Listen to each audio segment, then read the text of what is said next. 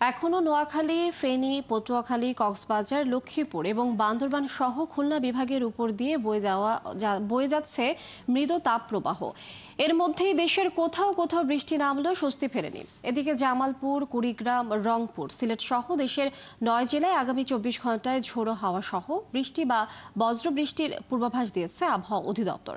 এছাড়া ওইসব এলাকায় বজ্রপাতের সতর্কতা জানিয়েছে আবহাওয়া অধিদপ্তর। সহকর্মীদের তথ্য ছবিতে প্রতিবেদন। গত টানা 8 দিন ধরে চুয়াডাঙ্গায় দেশের সর্বোচ্চ তাপমাত্রা রেকর্ড করা হয়েছে 39 ডিগ্রি থেকে 42 ডিগ্রি সেলসিয়াস। অবশেষে সেখানে তপ্ত মাটিতে নেমেছে বৃষ্টি।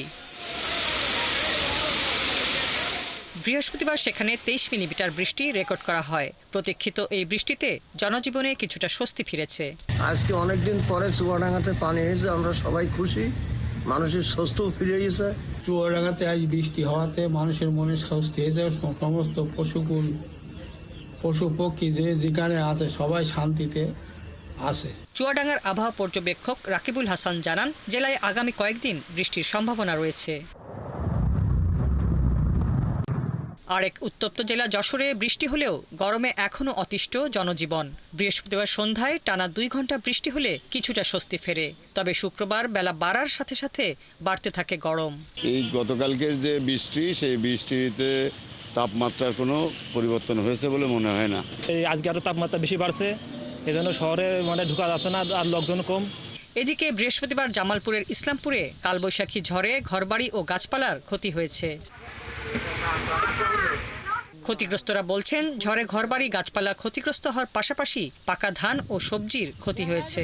আমার ঘরে মোটা 2টা গাছ করছে, আর কি বলবো, আর 2 সেকেন্ডের মধ্যে এই কারবার হয়ে গেছে। ঘরে চাল টিন যা আছে যাবতীয় ঘরের ভিতরে জিনিস যা আছে সব আমার মাথার উপরে পড়লো। বাচ্চাটা নিয়ে আমি শুয়ে থাকি বের হয়ে আসলাম। উপজেলা নির্বাহী কর্মকর্তা জানান, ঝড়ে ক্ষতিগ্রস্তদের উপজেলা ও জেলা প্রশাসনের পক্ষ থেকে সহায়তা দেয়া হবে। আমরা ক্ষতিগ্রস্ত পরিবারের তালিকা করছি। তালিকা করে উপজেলা প্রশাসনের পক্ষ থেকে এবং জেলা প্রশাসনের পক্ষ থেকে তাদেরকে সার্বিক সহযোগিতা করার চেষ্টা করব ইনশাআল্লাহ। আবহাওয়ার পূর্বাভাসে বলা হয়েছে, রংপুর, ময়মনসিংহ ও সিলেট বিভাগের কিছু কিছু জায়গায় এবং রাজশাহী, ঢাকা, খুলনা, বরিশাল ও চট্টগ্রাম বিভাগের 2-1 জায়গায় দমকা হাওয়াসহ বৃষ্টি বা বজ্রসহ বৃষ্টি হতে পারে। সেই সাথে মাঝারি থেকে ভারী বৃষ্টি হতে পারে রংপুর, ময়মনসিংহ ও সিলেট বিভাগের কোথাও কোথাও। হাসিবা আলী বর্ণা, 71।